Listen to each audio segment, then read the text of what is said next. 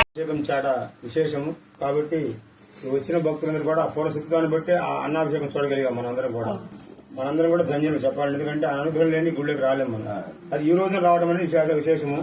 ఆగ్రహ నక్షత్రం రావడము అదొకటి. ఈరోజు మంగళవారం చవితితో కూడిన పంచమి కాబట్టి దాన్ని అందుకనే కుమారస్వామికి సుబ్రహ్మణ్య స్వామి కూడా చాలా ఇష్టమైన రోజు కాబట్టి మంగళవారము ఆయన తిది చవితి వినాయకుడికి ఇష్టమైన చవితి.